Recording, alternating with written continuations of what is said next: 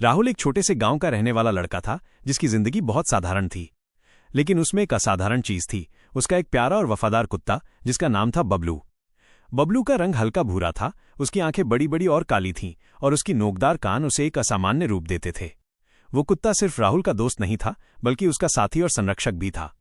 राहुल और बबलू के बीच एक ऐसा रिश्ता था जो शब्दों से नहीं बल्कि भावनाओं से परिभाषित होता था। राहुल और बबलू का रिश्ता बहुत गहरा था। जब राहुल स्कूल से घर लौटता तो बबलू उसकी राह तकता रहता। उसे ऐसा महसूस होता जैसे वो उसका हर दर्द, हर खुशी समझता है। राहुल के मन में एक आदर्श कुत्ते की छवि बसी हुई थी। वह न केवल वफादार होता बल्कि ईमानदारी और सम्मान की मिसाल भी होता। एक दिन गांव में एक बड़ी समस्या खड़ी हो गई। गांव के पास एक बड़ा जंगल था जहां कई शिकारियों का आना जाना था।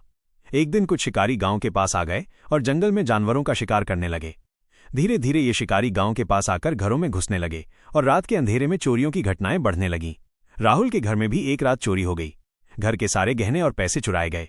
ये घटना गांव में तहलका मचा गई।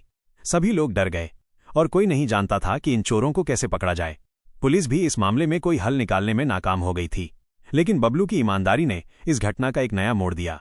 एक दिन जब राहुल और बबलू जंगल में खेल रहे थे, बबलू ने किसी अजनबी की आवाज सुनी। उसने तुरंत कान खड़े कर दिए और घबराहट से इधर उधर देखा। राहुल ने उसकी चिंता को समझते हुए उसे शांत किया, लेकिन बबलू की बेचैनी बढ़ती जा रही थी। बबलू ने अचानक दौड़ते हुए जंगल की तरफ रुख किया। राहुल ने सोचा, क्या बबलू को कुछ लगा है, और उसने भी बबलू का पीछा किया। बबलू ने जंगल के अंदर जाकर कुछ ऐसा किया जिससे राहुल चौंक गया।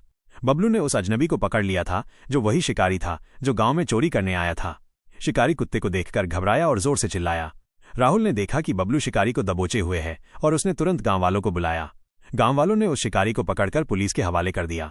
शिकारी ने अपना अपराध स्वीकार किया और फिर बबलू की बहादुरी की हर जगह चर्चा होने लगी।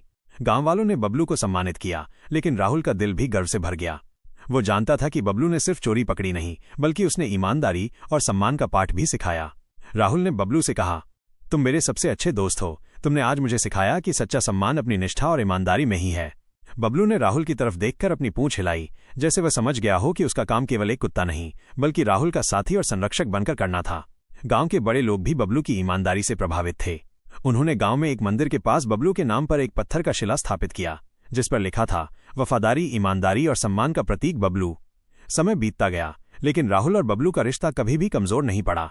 बबलू ने दिखा दिया था कि वो केवल एक कुत्ता नहीं बल्कि एक सच्चा दोस्त और एक नायक था।